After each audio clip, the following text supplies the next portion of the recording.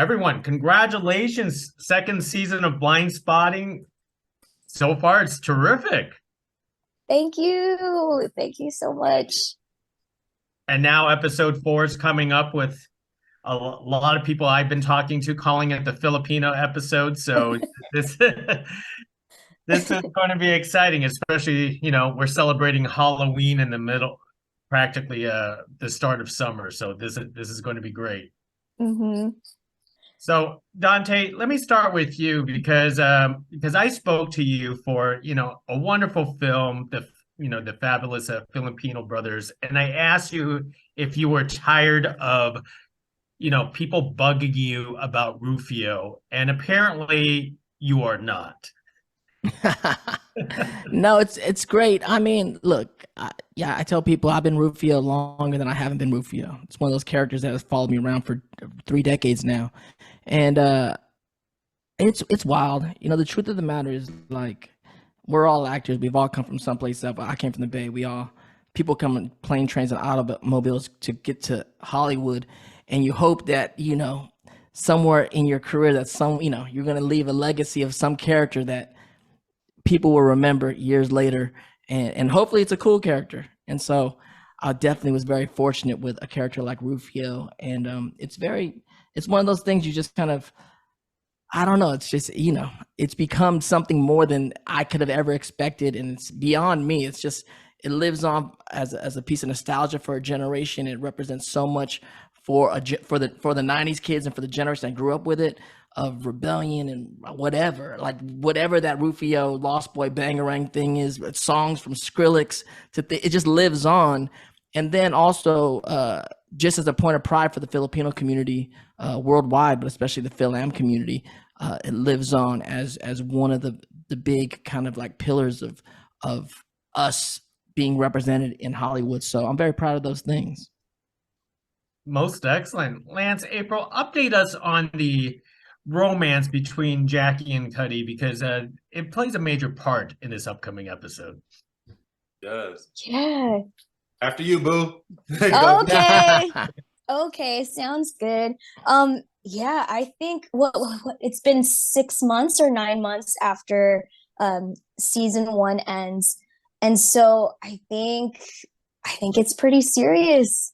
And I think Jacque is understanding that more and more and more, but especially in this episode, after this huge scene happens between Dante and Lance, she comes to a realization that, wow, okay, yeah, I actually do really care about this guy. And I think it was having that interaction with her dad in the mix that really solidified that. Yeah. To piggyback off what you said, we catch them, they're still in the honeymoon phase. Like, they're 1A and 1B. He's probably taken on so many dates. They've just been in love with each other, sequestered themselves to be together when she's not with her wifedom, Trish. And so I think this is the first time that for Cuddie and for the audience to see him in a situation where he's uncomfortable, and it happens to be with her father, and he's gonna have to prove himself and just how much he loves her. Like, she figures out on her end, and he figures out on his end through a different type of way. And that was very special to be a part of, and just another color for my character. Wow. So Dante, Lance, talk about your guys, dancing toe to toe. Well, not really dancing. Your fight choreography in here. You guys never missed a beat. Hey, it was amazing, Lance. I will say that I got on set. I had never parried, or whatever the word is to use. What's the word? Parry? Parried. Perrier is like a water, right? Yeah. And I got on set, and Dante is very well versed in fighting with swords and spatulas. So I was like, help me. As long we had our fight choreographer, but Dante was giving me tips on the side, and so we kind of just got after it. And we both are athletic. We both train, but this was a different type of training, and it was a challenge, but it was a fun challenge, and it was something that I think we executed well on the day because we did a lot of prep. No, I love that. We got to get in early to really rehearse and really practice and train for this fight scene. And it is like a dance. There's a choreography to it. And it's fun to do like these fight scenes, especially sword fighting on screen. It goes back to Hook, but goes back to Errol Flynn days. There's a certain acting that goes on because you're telling the story of our fight and what's going on through the fighting. And it was so fun to kind of get to do that again. And I haven't seen the whole fight scene in its entirety. I only saw the playbacks while we were on the set. So I mean, I can't wait to see it all put together. But it was such a great time. Dante, tell me about recreating that Errol Flynn moment for yourself.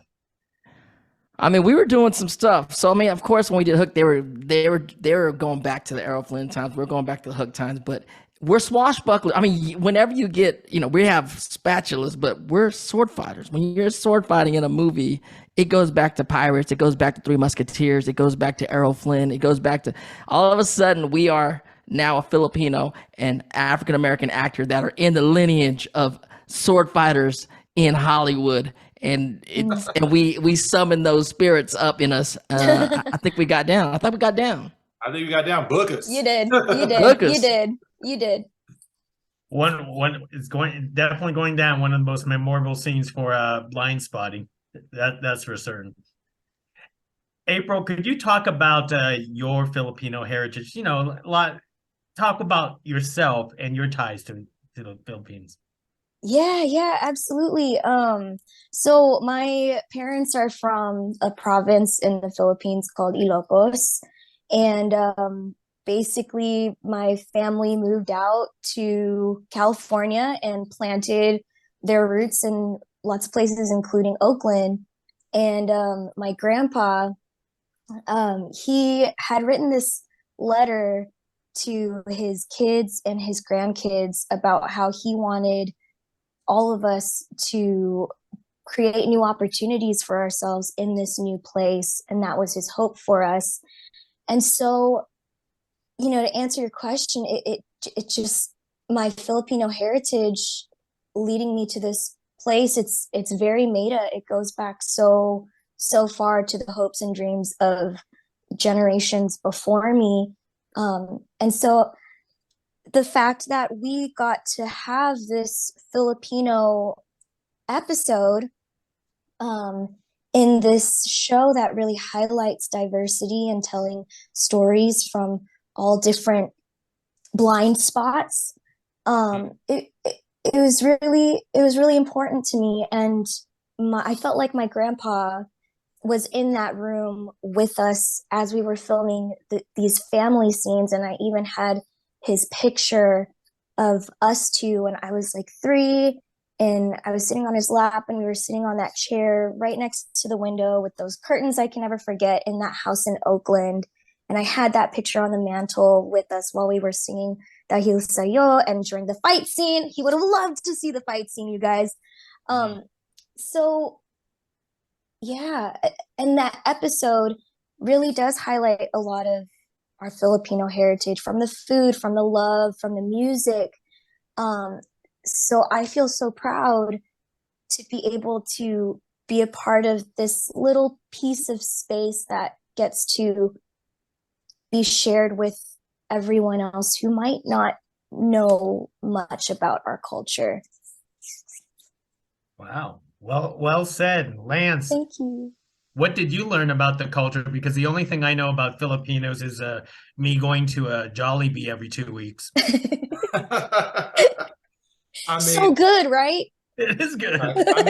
I learned that it's not too much different from the familiar aspect of the Black experience. It's just they're a different culture, and you got to embrace that. But it's very family oriented, and it's generational, and they have a lot of food, and they have music, and they have fun, and it's a cookout, but it's a Filipino cookout. And I felt at home, to be honest. And I feel like after people watch this episode, my Filipino homies, because I have I have a brother-in-law who's half Filipino. I can go to his side of the family now. I'm like, what's good? I kicked it with y'all in an episode of Blindspotting. I'm like, I should be good now, So that was very special.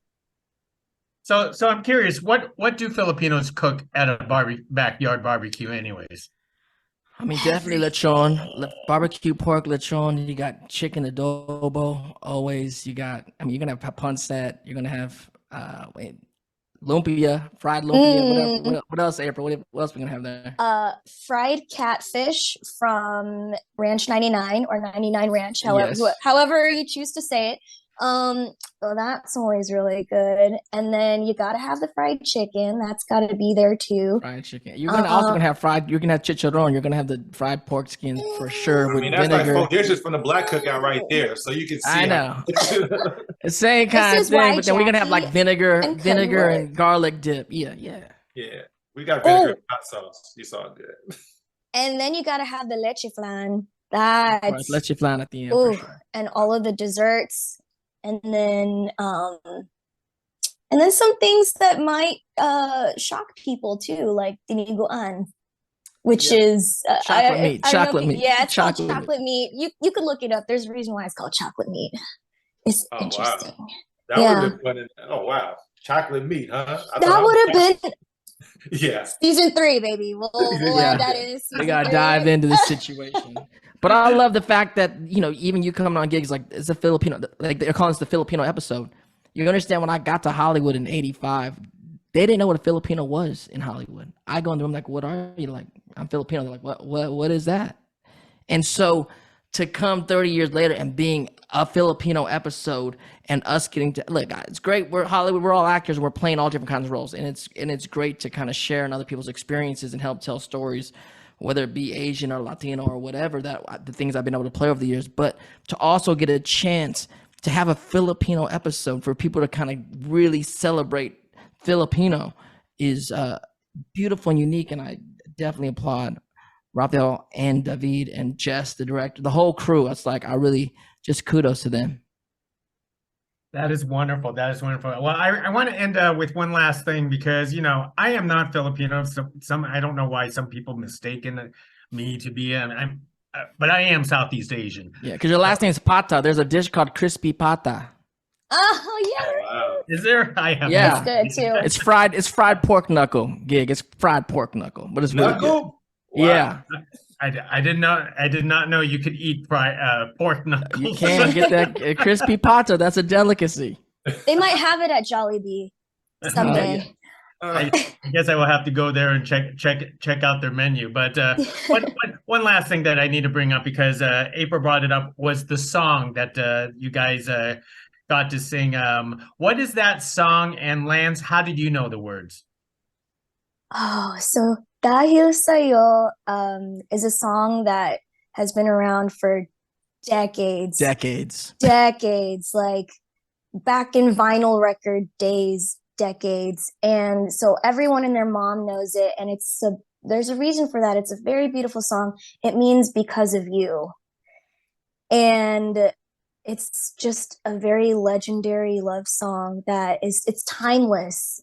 It's timeless. So it kind of matches the theme of Dante being Rufio, and how his impact of his role as Rufio has also been timeless, and everything just circles back around, and so does music. And I love that they chose that song. I love That's it too. Perfect If song. you can't go to a wedding or a debut or any of these like family Yeah. events, you're going to hear that song, and it's going to be probably sung by a family member or someone came in, because it's like one of those classic songs. But it's in Tagalog, so we all had to learn it. Right, Lance?